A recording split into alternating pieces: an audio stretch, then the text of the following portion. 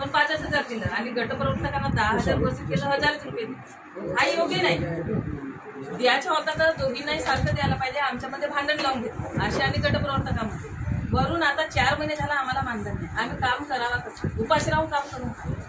आणि सर्वात म्हणजे निवड करताना इथं घटस्फोटित आणि विधवा यांना पहिले प्राधान्य द्या. सर्वात जास्ती विधवा घटस्फोटित महिला आहे आणि गरीब पण आहे. आता शिक्षण वगैरे चालू झालेलं आहे, त्यांच्याकडे आता 2-2, 3-3 म्हणजे कर्ज, मुलं आहेत शिकणारे, कर्ज झालेले आहेत जास्ती उचलून. आणि एक आमची आशा वर्कर आहे हिची सावरीची, तिच्या मिस्टरला कॅन्सर झाला आहे. आता तिला 3 लाख रुपये झालेला आहे कर्ज आणि दोन्ही मुली घरी बसलेल्या आहेत. ती शिकवू नाही शकत ना. पहिलेच कर्जानं बाधित आहे ती, आता कुठून कर्ज करेल. वरून शासन मानधन देत नाही तर अशावर तर किती दिवस उपाशी राहील. सरकार मस्त तुपासी ना, अशावर तर उपासी. असं मला काम आहे. बरोबर आहे ना. दिल्लीमध्ये बोलवायला चांगला वाल बरं आहे.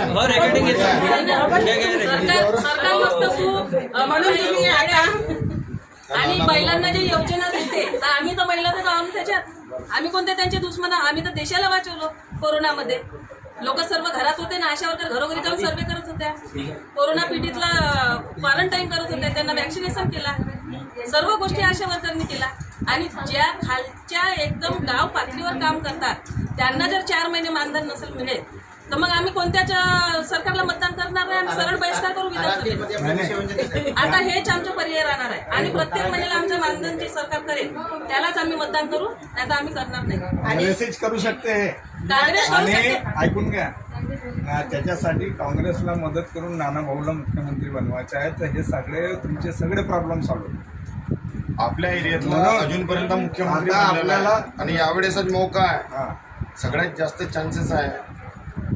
आपल्या क्षेत्रातला जो भूमिपुत्र आहे त्याचं नाव नंबर 1 वर आहे आता चालू मुख्यमंत्री बनण्याच्या राजनीतीमध्ये. फक्त जसा तुम्ही आता सपोर्ट केल्या, थोडशानं गडबड झाली, 20 सीटांना आपण कमी पडलो नाही तर आपला प्रधानमंत्री समजा बनला असता तर जे 25 मुद्दे ते राहुल गांधीजींनी फिरून पूर्ण देश फिरून सनेरे सगळे मुद्दे जाणून ते प्रश्न मांडले होते त्यांनी, ते काम चालू झालं असतं. एक सरकार आहे, फक्त भूलताप देण्याचंच काम आहे यांना. तुम्ही पाल पट्ट्याचं काम झालं नाही, मग घरकुलाचं काम, घरकुल कोणाला देतात, त्याच्या घर ऑलरेडी बनला आहे त्यालाच देऊन राहिले. मग 20,000 दिले ना, पूर्ण पेंडिंग करून ठेवलं. फक्त योजनावर योजना समोर. आता लाडकी बहीण जे स्वतःच्या बहिणीला मदत नाही करू शकत ते दुसऱ्याच्या बहिणीला गाव करायचं.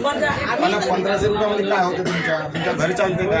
आम्ही 2 वर्ष 1,500 रुपये वर्षावर चालते का? बघा, ह्या सगळा हा जे 1,500 रुपयेवाला आहे ना, हा इलेक्शन स्टंट. 2 महिन्यापर्यंत तुमचा ते अर्ज घेतील आणि 2 महिन्यानंतर आचारसंहिता लागणार आहे. म्हणून आपल्या सगळ्यांना विनंती करतो, जशी आपल्याला आता मदत केली आहे, आपला ऋण फेडण्याचं काम आहे. तुम्ही मला चांगली नोकरी दिली, आता 5 वर्ष मी चांगल्या प्रकारे नोकरी करेल. माझं काम तुम्हाला माहीत आहे. दवाखान्याच्या मार्फत इंजेक्शन चांगल्यानं दिलो मी, लोकांची चांगली सेवा केलो आणि ते कमी पैशामध्ये आपण सेवा केली. त्याचप्रमाणे आता जो काम तुम्ही दिला आहे ते इमानीद्वारे करणार आहोत.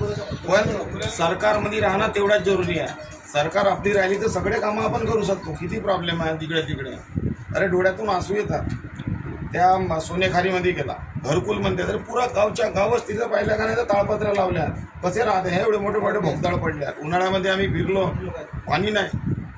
अरे तुम्ही धरती मातेचं नाव घेताय, त्या धरती समजा तुमच्या शरीराला इंजेक्शनाची लावताच लावला तर खावणार आहे सांगा. किती बोरवेल तुम्ही खोदून राहिल्या.